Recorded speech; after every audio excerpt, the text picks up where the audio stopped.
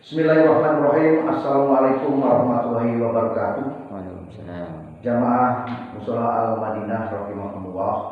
Dalam kesempatan hari ini saya kembali akan bacakan tentang kisah-kisah sahabat Rasulullah SAW yang saya ambil dari kitab Fadilah Amal.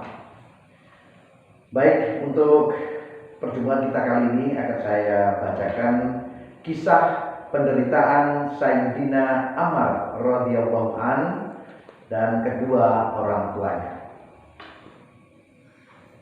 Hadirin rahimakumullah, Sayyidina Ammar radhiyallahu an dan kedua orang tuanya telah banyak mengalami siksaan yang amat pedih demi agama. Mereka dibaringkan di padang pasir di bawah terik matahari Mekah yang panas sekali. Setiap baginda Nabi Sallallahu Alaihi Wasallam lewat di depannya, beliau menasihati mereka, bersabarlah, wahai keluarga Yasir, janji Allah untuk kalian adalah surga. Akhirnya ayah Sayyidina Ammar radhiyallahu an yang bernama Yasir radhiyallahu an wafat akibat penyiksaan itu. Para pezalim tidak membiarkan dia hidup tenang sampai ia wafat. Nauzubillah. Ibu Sayyidina Ammar radhiyallahu an yang bernama Sumayyah radhiyallahu an ditikam kemaluannya dengan tombak oleh Abu Jahal yang terkutuk sehingga ia pun mati syahid. Ia tidak meninggalkan Islam walaupun mengalami berbagai penderitaan di saat umurnya sudah tua dan fisiknya sudah lemah. Walaupun begitu, Abu Jahal tidak menaruh belas kasihan kepadanya. Dialah orang yang pertama kali mati syahid di dalam sejarah Islam.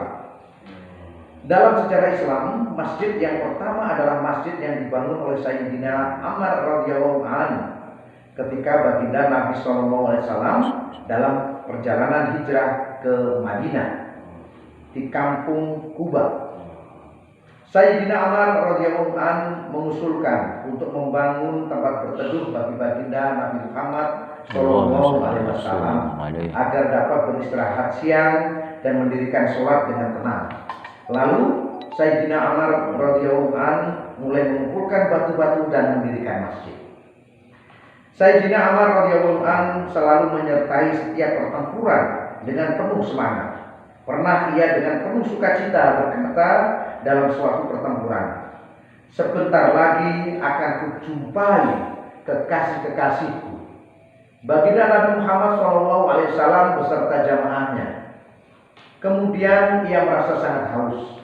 Ia meminta segelas air dari seseorang, namun orang itu menyodorkan kepadanya segelas susu.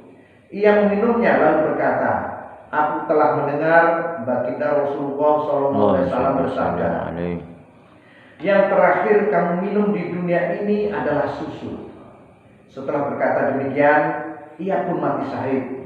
Ia meninggal dunia pada usia 94 tahun.